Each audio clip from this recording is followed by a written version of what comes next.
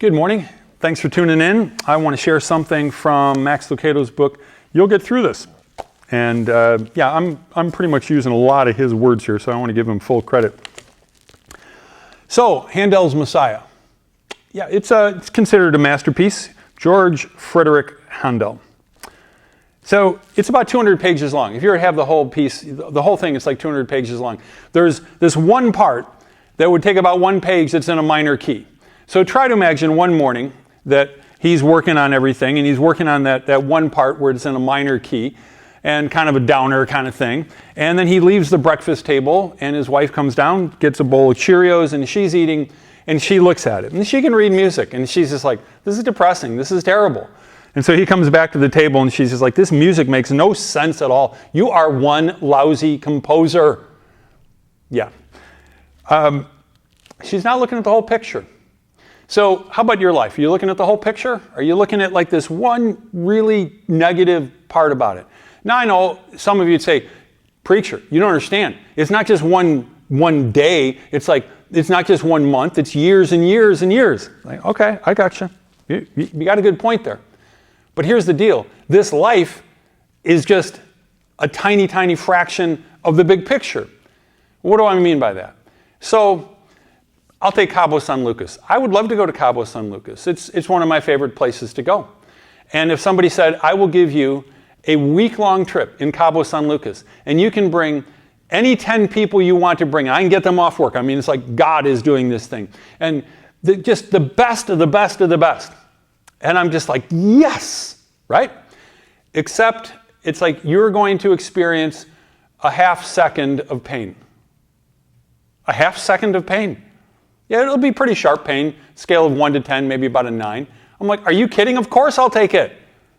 What a deal. Can't do much better than that. I mean, the tacos, the people, the music, the weather, the scenery. Awesome. I'm all in.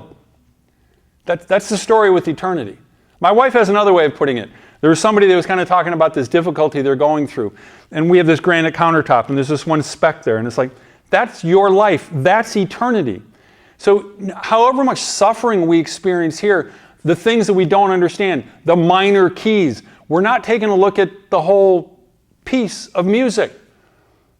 But it's hard, isn't it? Because we don't think about eternity a whole lot. So the Bible has a couple things to say about it. The Apostle Paul wrote to the church in Corinth, and he says, our light and momentary troubles are achieving for us an eternal glory that far outweighs them all.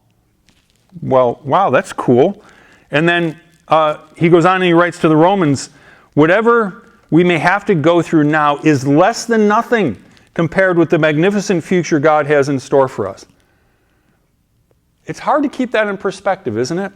But let's go back to Mrs. Handel, right? Do we trust God to write a symphony, to finish it, and to know that there's a lot more components to it than something we just focus on? Can I encourage you to not just focus on the negative? Be aware that you can be honest and real and just say, yeah, this is really difficult. But thank God for all the other good stuff too. So, have I mentioned Joseph lately? Yeah, we're starting the series on him this next week, and you'll hear me say this again. But one of the things I picked up from Max that I think is so good is he's in prison, and I mean, everything has gone wrong. He's sold into slavery. I don't want to make light of any of that. But it all changed in a day. Do you believe that God can turn things around in a day? Well, it might take time to get to that day. But for Joseph, he's in prison one morning, and then they call him and they say, oh yeah, you know, the big guy here, he wants you to interpret some dream. They get him out of there, they clean him up, they shave him, they present him before the king. Before the day is over, he goes from prison to prime minister, the second most powerful person in the most powerful country in the world at that point.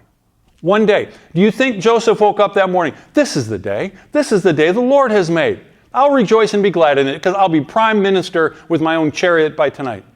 No, but it happened. It really happened. And it could happen to you as well. It may not be exactly like that. What is it you're wrestling with today? What's your prison?